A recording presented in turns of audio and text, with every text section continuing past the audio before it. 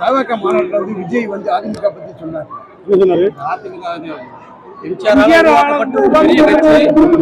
தலைமை யார்கிட்ட இருக்குன்னே தெரியாம தொண்டர்கள் கூட அதை சொல்ல முடியாம தவிக்கிறாங்க அப்படின்னு தலைமையை பத்தி விமர்சனம் பண்ணியிருக்காரு. அதாவது அவர் இன்னும் அவர் விளையாட்டு பிள்ளையா இருக்காருக்கு அடையாளமாக தான் அவருடைய நடவடிக்கை மதுரை மாநாட்டில் இருந்துச்சு. அவர் ஆட்டுக்கு வந்தாரு, அவர் ஆட்டுக்கு துண்டத்துக்கு சொல்ல ஓட்டினாரு, துண்டத்துக்கு கீழே ஓட்டினாரு, பேச்சில் போட்டாங்க, அப்படி கூட முடிச்சுட்டு போயிட்டாங்க. ஒரு வலுவான அரசியல் இயக்கமாக நடத்தக்கூடிய ஆற்றல் அங்கே இருக்கிற மாதிரி தெரியல.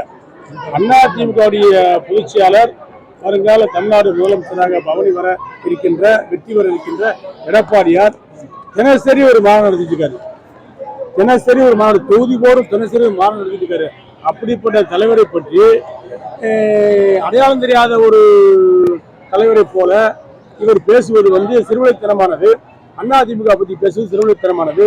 அதிமுக 52 ஆண்டுகள் களம் பயின்று 31 ஆண்டுகள் தமிழ்நாட்டை ஆண்ட கட்சி. இந்த கட்சியை குறைத்து மதிப்பிடுவித்து பேசுவது அவருடைய வீழ்ச்சியினுடைய முதல் படிக்கட்டில் ஆரம்பித்து விட்டார், தெரிவித்தார். இன்னும் அவருக்கு மிகப்பெரிய எந்த ஒரு வெற்றியும் கிடைக்கக்கூடிய வாய்ப்பு அவருடைய பேச்சில் தெரியவில்லை. புரட்சித் தலைவர் எம்ஜிஆருக்கு பின்னாடி இப்படித்தான் பேசினார்கள். புரட்சித் தலைவர் அம்மா அவர்கள் வலுவான தலைவராக, இந்தியா ஏற்றுக்கொள்ளக்கூடிய தலைவராக, தமிழ்நாடு போராடக்கூடிய தலைவராக வந்தார்கள்.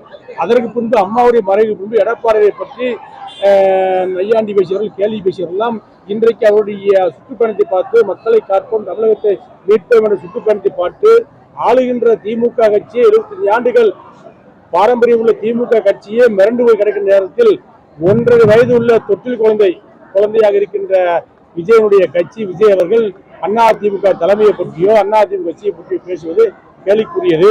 அவருடைய பேச்சுக்கள் செயலில் எதுவும் நடக்கப்போறது கிடையாது. திமுகவுக்கும் சொல்லிக்கலாம், எங்களை எதிர்த்து யாருமே போட்டியே இல்லைன்னு சொல்லிட்டு போயிடலாம், அப்படி கூட சொல்லலாம். அவரு அதெல்லாம் களத்தில் நிக்க முடியாது. இப்படி பேசினவங்க ரொம்ப பேர் நாங்க பார்த்தோம். அதிமுகவை சிறுவத்தனமா பேசினவங்க அடையாளம் தெரியாம போன வரலாறு தமிழ்நாட்டில் இருக்கு. அதிமுகவுடைய வரலாறுக்கு ஒரு மிகப்பெரிய சரித்திரம் உண்டு. அதிமுக எடப்பாடியார் தலைமையிலே வெற்றி பெற்று ஆட்சி அமைக்கும் அதற்குரிய அறிகுறிகள் இப்போ தென்பட ஆரம்பித்துவிட்டன. இதை பார்த்து போராடப்படுகின்ற ஒரு சிலர் எழுதி கொடுக்கின்ற வசனங்களை பேசி நடித்து மதுரைகளை பேசிவிட்டு சென்றிருக்கின்றார். அவருடைய நாடக கச்சேரி 2 நாளுக்கு முன்னாடி முடிஞ்சு. பாஜக இனிமே அவருடைய பேச்செல்லாம் செயல்படக்கூடிய அளவுக்கு கிடையாது.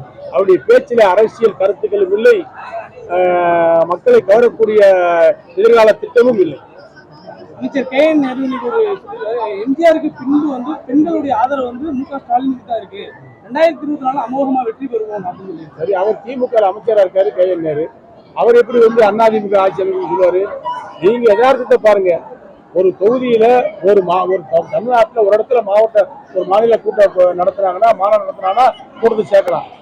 ஒவ்வொரு தொகுதி வாரியா ஒரு மாநாடு மாதிரி கூட்டம் வரும்னு சொன்னா அது எடப்பாடியுடைய நடவடிக்கை பிடிச்சுதான். அதிமுக லட்சிய உணவை பிடித்துத்தான் மக்கள் வருகிறார்கள்.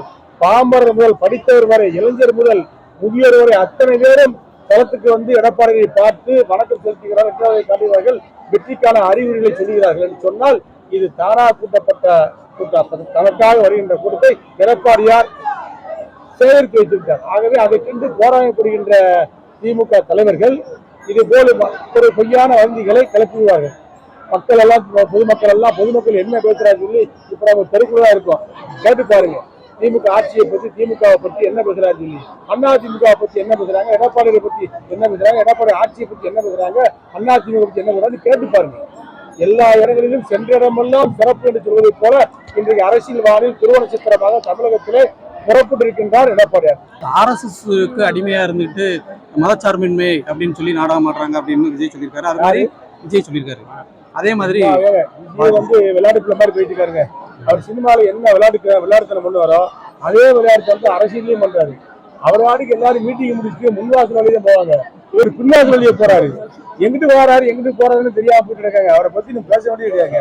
அவரு பத்திரிகையில கொஞ்சம் பத்திரிகை அவரை போக்ஸ் பண்ணி காட்டுது. அந்த போக்கஸ் தான் அவருக்கு பெரிய சிக்கல முடிய போகுது. எத்தனை அரசியல் கட்சிகள் எத்தனை பேர் கட்சி ஆரம்பிச்சு வந்தாங்க, யாரால ஆள முடிச்சா, அதிகாரத்துக்கு வர முடிச்சா அந்த தில்லு திராணி அதிமுக உண்டு, அதிமுக பிடித்தா திமுக உண்டு. இப்ப நடக்கிற இந்த யுத்தத்துல இப்ப நடக்கிற அரசியல் யுத்தத்துல 2026 அதிமுக வெல்லும், எடப்பாடியார் முதலமைச்சர் நேத்து இன்றைய மக்களுடைய முடிவு. சார், இந்த அமித்ஷா நேற்று திருநெல்வேலியில் நடந்த அந்த பூத் கமிட்டி மீட்டிங்ல பேசும்போது மீண்டும் கூட்டணி கூட்டணி ஆட்சி தான் அமையும் அப்படின்னு சொல்லியிருக்காரு. வடக்கே உள்ள தலைவர்கள் பேசிய இந்த கருத்துக்கள் எல்லாம் மொழிபெயர்க்கின்ற வாரத்தில் அது கருத்துக்கள் மாறி சொல்லப்படும். தெளிவா அவங்கள பேசிட்டாங்க. எங்களுடைய பொதுச்செயலாளர் எடப்பாடியார் தெளிவா மாறி சொல்லிட்டாரு. நீங்க கேட்ட மீடியாக்கள் கேட்ட கேள்விகள் எல்லாத்தையும் சொல்லிட்டாரு. அதிமுக பெரும்பான்மை பெற்று தனி பெரும்பான்மையோடு எடப்பாடியார் ஆட்சி அமைப்பார். அதிமுக ஆட்சி தான் அமையும். இதுதான் முடிவு. பிஜேபி எங்களுக்கு அடுத்த அரசில் வருவார்கள். எங்களுடைய கூட்டணி கட்சி அதிகமான இடங்களில் வெற்றி வரும். அதிமுக அதிக பெரும்பான்மை பெற்று ஆட்சி அமைக்கும். ட்ரெண்ட ஃப்ரெண்ட் ஆக்கிக்கோங்க. தந்தி டிவியின் சப்ஸ்கிரைபர்ஸ் அண்ட் ஃபாலோவர்ஸ் குடும்பத்துல நீங்களும் இணையுங்க.